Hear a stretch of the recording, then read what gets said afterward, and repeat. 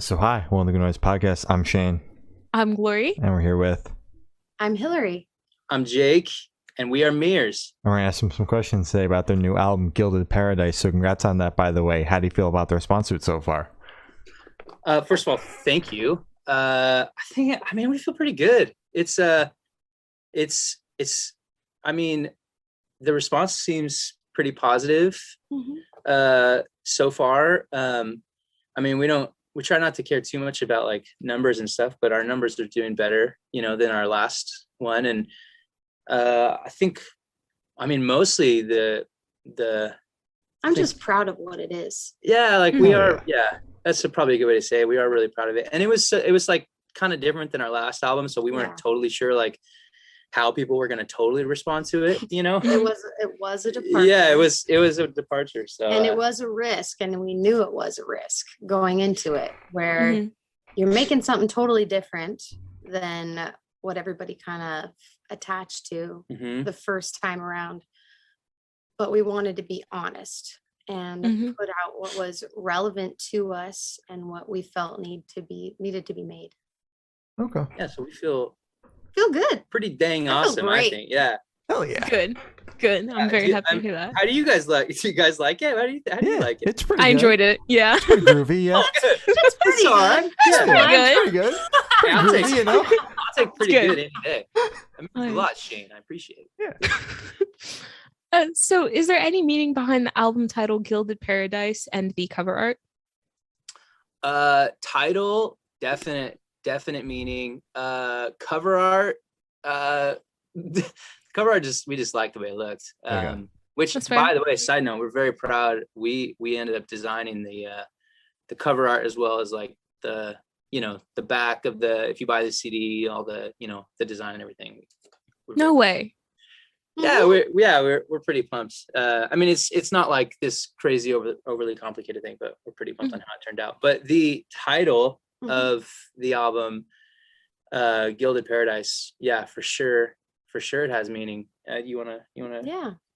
You guys probably heard of the Gilded Age, if you know history. I feel like we're kind of in that period right now where everything is kind of covered in a thin layer of gold, and sometimes it looks really good and it seems like paradise, but maybe it isn't.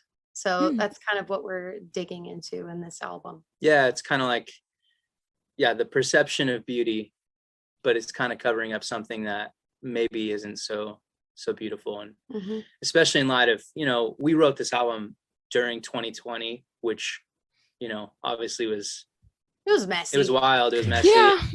Yeah. And so we were kind of processing a lot of that year and just like what was going on, in our nation and around the globe, and and in our community. And so in our personal lives too. Yeah, in our personal lives. So Gilded Paradise for sure just kind of summed up how we felt. Yeah. During the time of our first release, we had a lot of plans to continue on with what we had, and during that time Jake had a really serious concussion, and that was part of what we were dealing with through 2020 as well, and what kind of like limited what we could do with our first release. So we kind of channeled that into what we were working on with this album. Okay. Wow. All right. Okay. So can you tell us a little about your writing process for this album? Yeah, it's between the two of us, it's very different. Yeah, that's so true. Yeah, it's very different. You can kind of explain your process, but I'm super simple. I will be, it's like a journal. Like I'll be talking out loud and I'll be processing, and I don't follow any sort of rules. I just kind of let stuff flow, and then I'll have some melody and I'll have some lyrics, and it's never perfect. Sometimes I have some incriminating stuff on my voice memos where I'm like, oh my gosh, no one can ever hear this. Yeah, that's never leaving the drafts. Yeah, don't ever show anybody your voice memos. Yeah, but to me, my perspective is Jake is more of the gifted writer, where he'll make things into like poetry. Yeah. Yeah, she kind of writes, like she said, like very much just like Stream of consciousness. yeah, like Mhm. but the lyrics and the melody are all attached. She doesn't play an instrument, whereas like I play a handful of bunch, different instruments, yeah. and so for me, the process is almost like entirely backwards of what she does. Like I'll usually write, like a lot of this album, for example, like all of the music was written before most any of the lyrics or even some of the melodies weren't defined. Like we were writing the like vocals in the studio, sometimes like last minute. Oh. There was one song that we were recording, our song Over You Now, which is the 5th song on the album. I was in the studio, she was at home, and we were texting lyrics back and forth as I'm about to record. Like I'm about to record the vocals, and we were like, we had to finish. So that's my process. It sounds hectic, but I like love it. Doesn't feel stressful for me. But yeah, yeah. So for me, it's just like song concept, and then fill it in with melody and lyric and all that. And she's sort of like melody and lyric, and then song concept comes after. So Okay. yeah, it's fun. It's a good pairing, I think, though. I'm getting very stressed out just thinking about like writing the lyrics minutes before I go in. Like Jesus Christ. I bet. So it sounds like you guys don't actually like overthink your writing process at all, because a lot of people are like stressing over, God, I need to get this song done, and like putting a lot of pressure on themselves. It just looks like a lot of your stuff is just kind of, as you said, like stream of consciousness. Yeah, I think the like pressure for us is more so in the like what's the heart of the song. Mhm. There's a lot of like we take that really serious, but then like the what of like how to communicate that, I think at least for me, like that feels a little bit like there's a little bit less of a pressure on that. Like we obviously need to get it done, and we have timelines, and we're really good about like finishing stuff when we say we will, but yeah, it's definitely probably more pressure on just like, what is this about, what are we trying to say? And a lot of times I feel like we'll decide that like this is what the song's about, and then I'll write all these really stupid lyrics and I'll show them to her, and she's like, I don't think we're saying what we want. So like, it's pretty funny. The message of what we're sharing is what we stress over. Yeah, that's what we feel is the biggest deal. Like what's the weight? It's the message, and that's the heart of what we're sharing. But we try not to take ourselves too seriously. Like when you listen to the music, it's not like, oh boy, Shakespeare over here. Like we care about what we write about, but we want to have fun. Exactly. Yeah. And then I want to like, my personality is like, I want to find the most out of the box way to say, like, I want to be so different. So it's like, how can we say this in a way that's really unique? And then it's like, this makes no sense. We don't want to veer off the path of what's really exactly. I veer off the path all the time. I'm like, listen to this lyric, and she's like, what does that even mean? What are you saying? Yeah, what are you saying? But yeah. All right, perfect. Interesting. So I want you two to tell us your favorite lyric off this record and the meaning behind it. Ooh, that's a great question. That's a really good question. A lot of lyrics. Yeah, one lyric that's that is a huge question. That is a huge question. Because it represents a long period of time for us. I don't know if this is the favorite, but one of the first, because that is a huge question. And I think if I would, I think I'd actually, after this, I'll probably put like a ton of thought into it. You'll DM us later. You'll be like, actually, it's this one. This one or this one. No, but I think the first thing that jumps out to me is in our song, Colorful Love, the second verse, the lyric is, the city isn't pretty if it's gray. There's a ledge at the edge of life with everybody on the way. And then, there's the ledge at the edge of life with everybody on its way. We can't get it all just right, but the people and the places will remain. Anyway, that whole verse to me, in a way, I think that kind of sums up the heart of what I think the whole album, like what we want it to communicate. Yeah. Which is just a message of love and like unity, and the fact that like in our differences there's beauty, and that like life really is more rewarding and fulfilling and much more beautiful, like when there's color in it, and like we are like in a way like we're the holders of that color, you know, like and just the way that we treat each other and the way that we see each other, and the way that we like accept each other and accept each other's differences, like that to us is like, or at least to me, like that's what we wanted this whole album to kind of communicate as people were listening, that like, man, this world is pretty spectacular when we like come together in it. And especially like we said, like coming off of a lot of division, it felt like this last year, like we just really wanted that to come across, which is I think why we made that song the first song that we released, just because it was like, this is it, like this is the album, this is what we're about. So yeah, I think that's mine. At least like I said, right now that's mine. Okay. Yeah, it's a very good choice. Yeah, it changes. I feel like Colorful Love's a good one because if it's colorful, it's including many colors and shades, at least in my mind. So yeah, I feel like being inclusive instead of divisive is the best angle we could come from.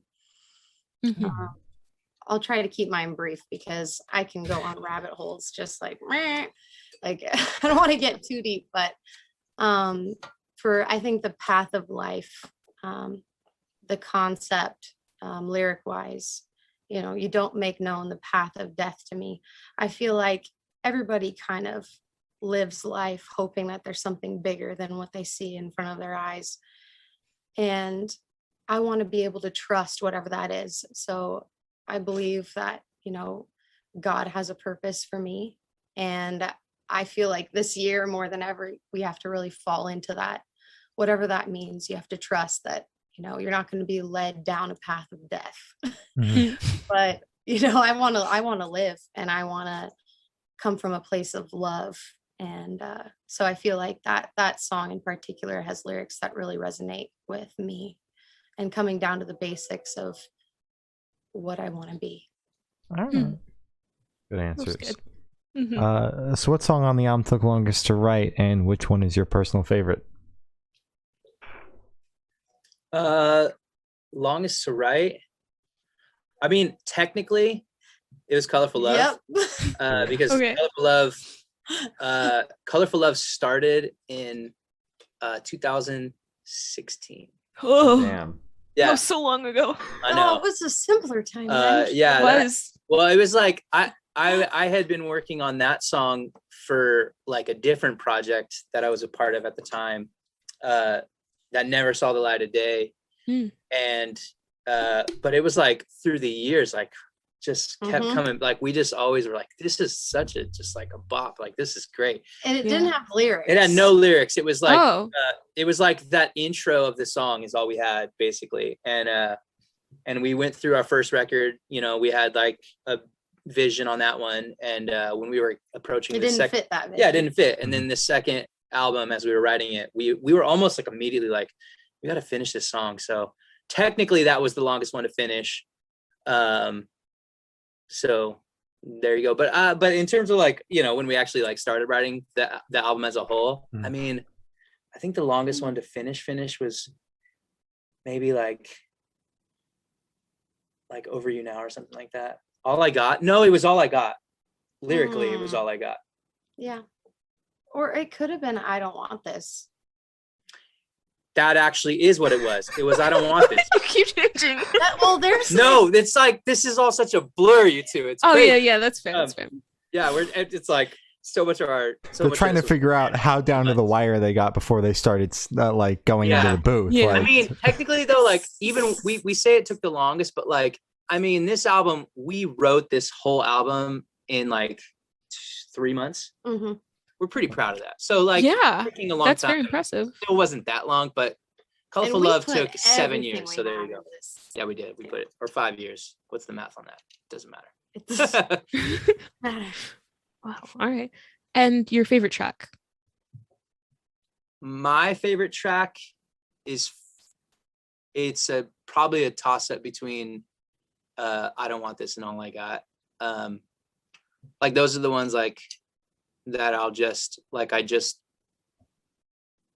like, we wrote that. Like this is like, I just am a fan of how those turned out. I'm really proud of them.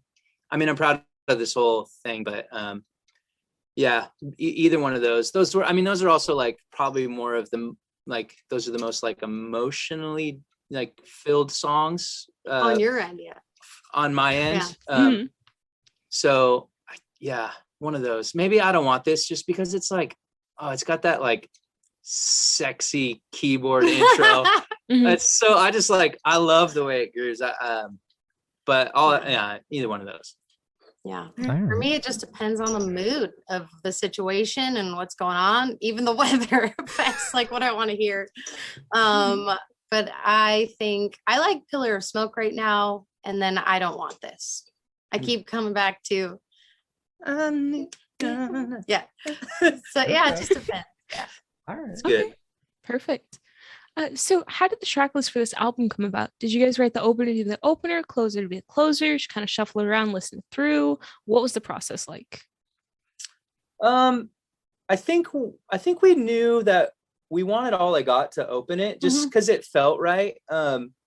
And last year, I think we kind of always knew that we wanted that as a close, just because of what that song was. I mean, that's like, my favorite too. Yeah, and just like, so I think like those bookends were pretty clear to us. But in terms of the rest, I mean, we kind of, when we put our albums together, it's very much like how we would put like a live set together, I guess. Like, Okay. kind of want it to move in that same way, where like you got your highs and your lows and you don't stack it all one way or the other. So just, yeah, I mean, we just, you know, kind of listen through and bounce ideas around, but I feel like it flows pretty nice. And people don't realize, like, that's actually really important. Like, Yeah, the track order is like, it's so important. And I hate when I listen to an album and it feels like they didn't take that into consideration. Like, yeah. Mhm. A lot of people don't yeah, listen through albums anymore. yeah. Mhm. So it's, So and I like that question, because it means that maybe you have an intention to listen through from start to finish. Yeah. I also work for a management company where like we deal with the bands like throughout the entire process, obviously, but I've noticed just how long these bands spend on this shit over something that's so like almost meaningless in a sense, especially in this day and age. So I pay attention to it. Oh yeah. So where was your headspace at while you guys are writing this album? Oh, I mean, our headspace was 2020. Hell yeah. Yeah. I mean, last year was such a mess, and it was so much to kind of, the timing of it. Yeah. The timing of it was so wild, because like, I could never imagine going through something. Well, we're kind of in a weird, I mean, we're kind of still in it in some ways, but writing in the middle of that, like, we never anticipated that we would do that. And I don't know how much different our album would have been had we not gone through last year. Yeah.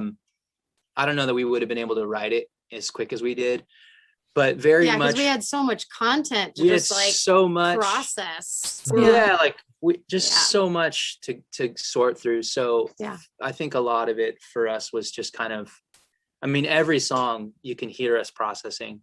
Like, if you really dive in the lyrics, you can really hear us processing everything from, like we said earlier, just like society and culture, and like even just like political stuff is in there, like religious stuff. Like we come from a church background, and we were processing that, and some of that chaos as well as some of that beauty, and like it just was there was so much to process. So our headspace was almost exclusively there. This album is like a really honest, it's a love letter and diary. A hate letter to everything happening. To 2020. So. All right. Yeah, that's fair. So how do you recommend your fans to listen to this record for the first time? Should they play it in the car with friends, in the dark with headphones on? Should they blast it at a party? What do you guys personally recommend for that? Yes. Yeah, I think all of the above. I think it applies to everything. I think. That's fair. Yeah, I actually think so too. Like this song is much poppier than our last album, which our last album was much more like almost like alt rock kind of. And this one's got more like, we've been, people make like, say like, oh, it sounds like 1975 or Laney or something like that, which to us is like, wow, that's incredible. That's a good compliment. And so I think musically it worked. Like you could listen to it at a party, and it just, because every song has like a feel and a vibe, and it kind of moves. But then there's that hidden deeper, emotional, pulling in the lyrics. So I think, you could do both. You could light a little candle. You can go, take a little bath and just cry your little eyes out too. Like, oh, well, I don't want you to. Yeah. You should. It's good for you. It's good there for you. Go. Exactly. Cathartic. What's happening? Yeah, you got. It'll find you later. Sometimes you got to cry it out, and Mirours is the band to help you do it. So there you go. That's our marketing strategy. new bio. Exactly. Dance until you cry. Perfect. There you go. So this question should be super, super quick. Off the top of your head, I want you to describe this album for new listeners in 3 words. No more, no less. Both of you have to do it. 3 words. Describe the album. Love you, Dad. Love you, Dad. No, that's not real. Well, I do. No, that is real. Okay. Describe the album in 3 words. I'm gonna say, have it your way. What? Have it your way. I hate that. That's also 4 words. That sounds like Burger King. Yeah, I'm like, this is like I'm pretty sure that's Subway. Pitch. Yeah, that's Subway. All right, this is not Subway. Okay, Subway. You go while I'm thinking. Okay. I'm just gonna go. I'm gonna go over here in a different direction. Cotton candy knives.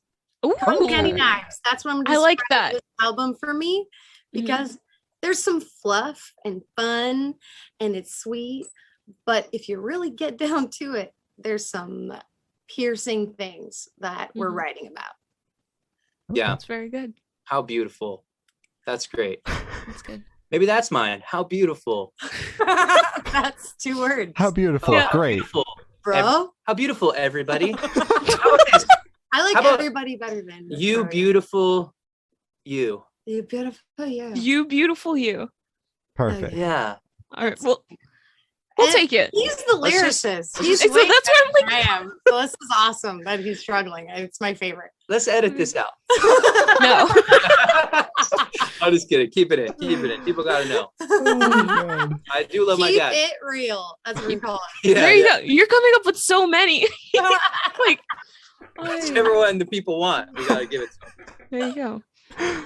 So is there a certain feeling or emotion you want your listeners to have while going through this album?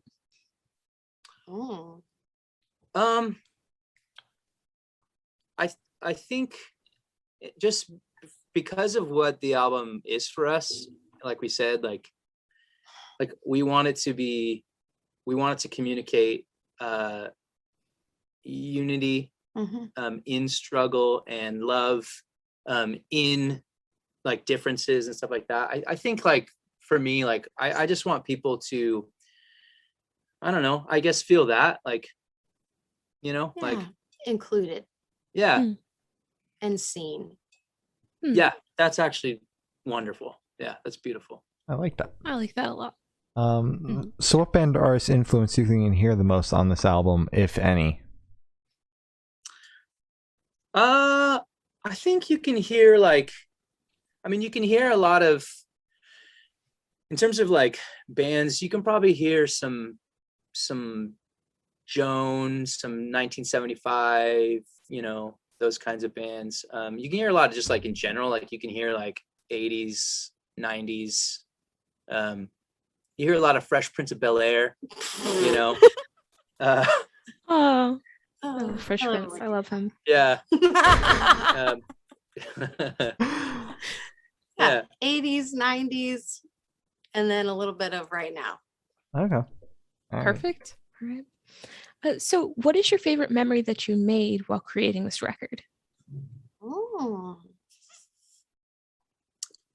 I mean, maybe not in like terms of a specific moment, but I think for me, and maybe for both of us, I don't know, but like, so this album we did with Tooth and Nail Records, which Mm. was really just like a big deal for us, you know. The first album we did by ourselves, and so to have the support of them was a good memory. But I think also just like the actual writing process of this one, like we were so involved in this, in the making of this, like, and just like getting our fingerprints all over it, and like really just like creating something from nothing. And so like a lot of what is heard on this album like is what we made in our studio. And I think for me that's a really cool memory of just like just working really hard on it, and having that be what, you know, people get to experience.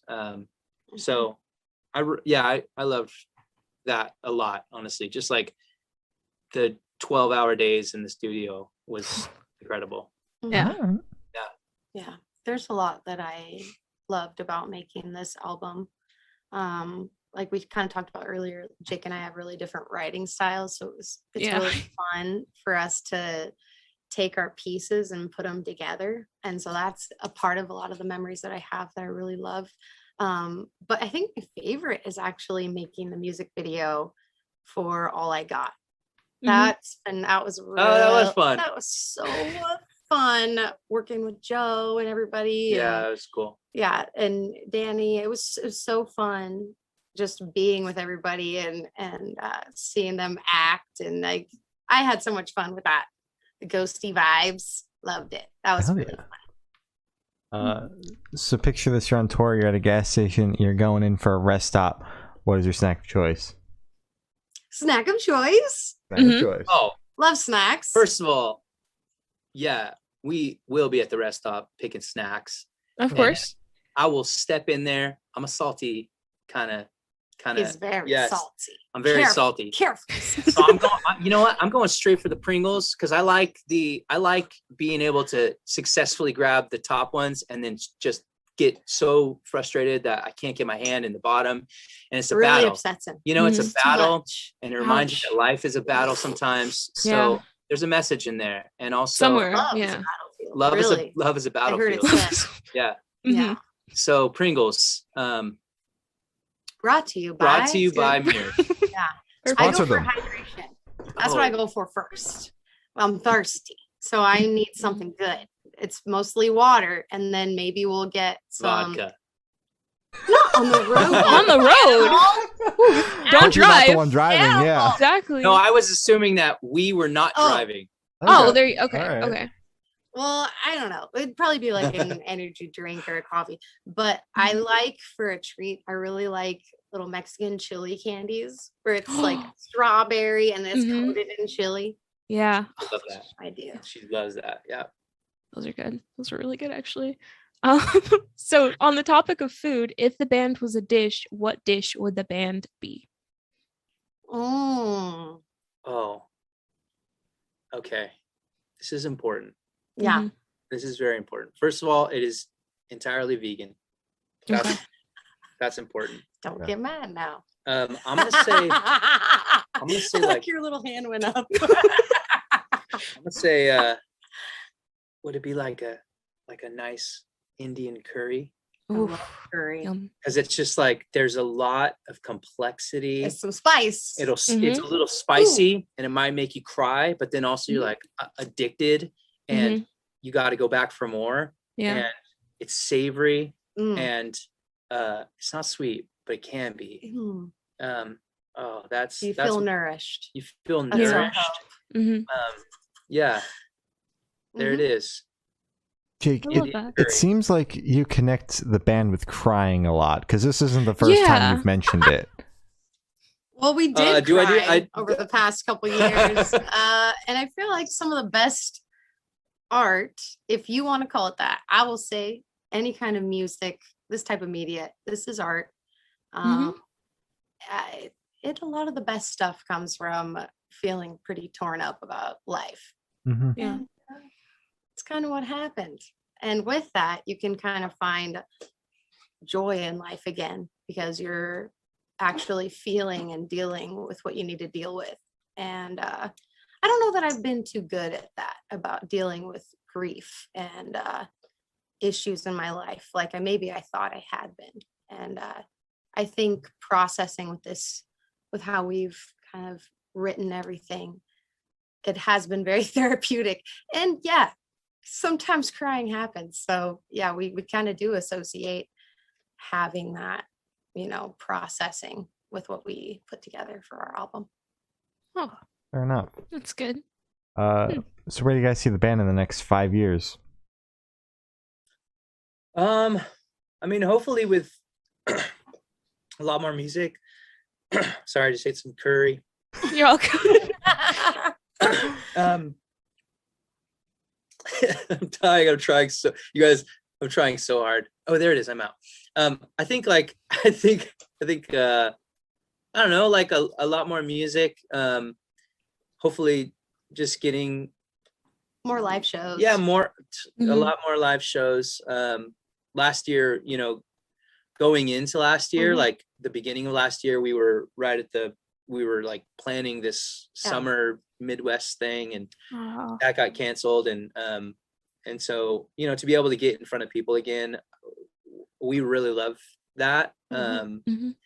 And so, but yeah, I think just like continuing to make, 5 years, like I would hope that this is like an old record that we talk about, honestly, like, just because we like to make music, we don't really plan to stop. And so, and to be able to, I think for us, like our music is so, like, because there's such a message attached to it, like we really want to connect with people, like we always say that, like, we've got, like, we want our crew of people who follow to, we call them like the ghosts and the renegades, like the sort of outsiders, the unseen.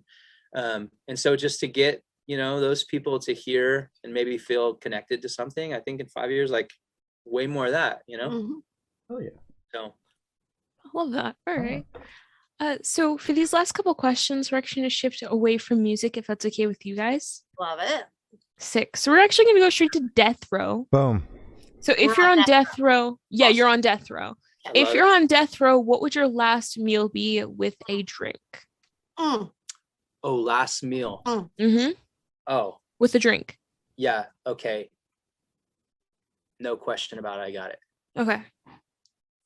It would be, it might not sound exciting, but it would for sure be a breakfast burrito. Oh yeah. Yeah. Like 1000% a breakfast burrito. Breakfast is a perfect package for delivering food, and breakfast is the perfect food. And so breakfast burrito, lots of hot sauce. In fact, I might go a little wild with the hot sauce. It's my last meal. You know what I mean? Of course. Yeah. Go a little wild. And then maybe like for a drink, like, I don't know, maybe like a nice little kombucha beer or something like that. Just wash it down. Oh yeah. We're on that kombucha, the hard kombucha train right now. I think that sounds great. In fact, that sounds really good. Why don't you come over? We'll all have that. Yeah. Let's do it.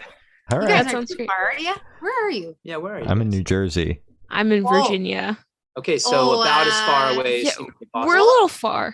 All right, let's meet We're in the middle. NorCal. If we start walking now, I think we can be there by. We'll see you there tomorrow, probably. Yeah. For myself, I think I'd like a little smattering of things. I think I've got to do kettle corn, because that's always going to be number one for me. Kettle corn, for some reason, just really does it for me. And then some chocolate chip cookies, probably. Okay. And then let's go on a departure here. Some veggie sushi. I think I go with that. Ooh. Oh, and the drink, probably just the hard kombucha. I'm pretty surprised that you didn't say mac and cheese. Yeah, my vegan mac. I mean, you want to add mac and cheese? All right. Yeah, we'll just add that to the menu. It's different, Yeah, I mean, it's your last meal. You might as well. Yeah, get it all in there. Just go. Fair enough. So if you could live in one fiction world for a week, where would you live? Oh, fiction world? Yes. 100%. I'm living in the Shire. Oh. No question about it. I am there. It's gonna be so beautiful. I don't think I have long enough. If I'm so there. Dangerous there, no? No, not in the Shire. Not in the Shire. Yeah, okay, the Shire. It's safe in the Shire. The Shire, it's like, it's merry and it's joyful and it's wonderful. You got like 20 meals. Everybody's happy. It's, oh my goodness, it's amazing. Let's do it. Yeah, I think I'd want to be in Hogwarts. So. Ooh, what house are you? I don't know yet. I haven't taken the quiz, but You gotta take the quiz. Gryffindor in my heart. That's what I feel. Yeah, that's a pretty good one. That's a safe one. Right. Thanks. That is What house are you in? I'm Hufflepuff.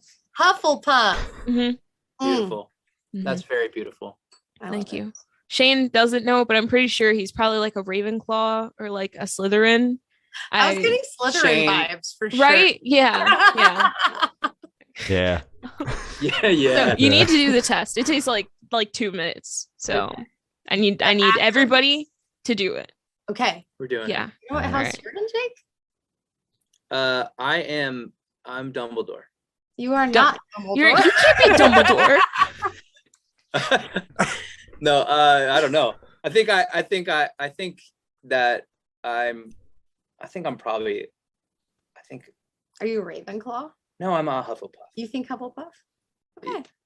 Okay, I can feel that.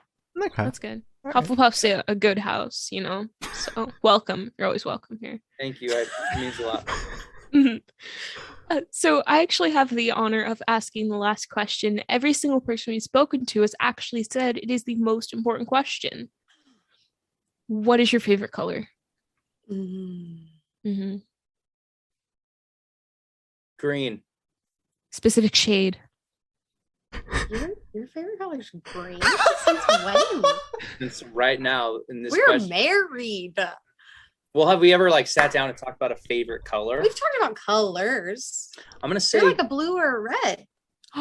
And now you're green. That's like a first date question, man. Like you gotta know that shit. Well, I think that it's kind of like the same thing as like, what's your favorite song? And like in the moment, like, you know, you might throw out something different. That's what your heart. But right now I'm going to say green. There are plants in front of me and that is not influencing my reasoning for saying that. Okay. What was the second part? Was there a second part of the question? No, wait, yes, it was, you have a specific shade of green. Oh, I'm going to say whatever, I'm going to say like I don't know shades of green, but I'm going to say like a light, not like a forest. I don't want a dark green. Okay, get out of here. I'm going to say like light and beautiful. You want like a pale green? Pale, leaning towards lime. Okay. Ooh, okay. Green's my favorite color. I think about this question every day. I take my colors every day very he seriously. wakes up and he's like, today. We wrote a song called Colorful Love. Like, this is a real question. Super important. Yeah. It's definitely green and not any other color. Sure. Okay. Yeah. I mean, colors, it's a mood thing. Like sometimes it's pink, you know, cotton candy knives vibes. Other times, for me. Wait, so you're allowed to have different colors?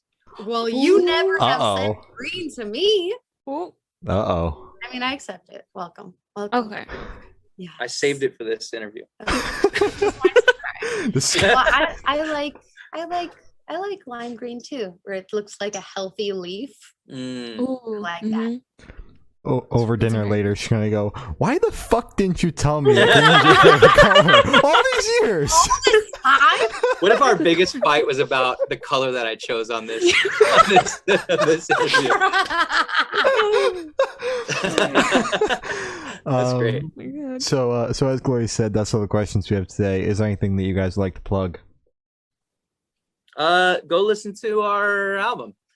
We would love it if you did it from start to finish. Yeah, listen to the album start to finish. Subscribe to our YouTube. Listen, YouTube is like, we have made a lot of music videos. We're super pumped about them.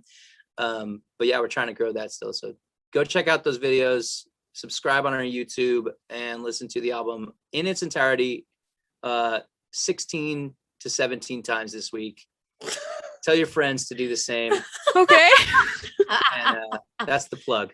Okay. Yeah, come find us. Be our friends. Yeah, we're very nice. Oh, yeah. That's good. All right. Well, thank you for now. This guy's been Mirours, and we've been the Good Noise Podcast.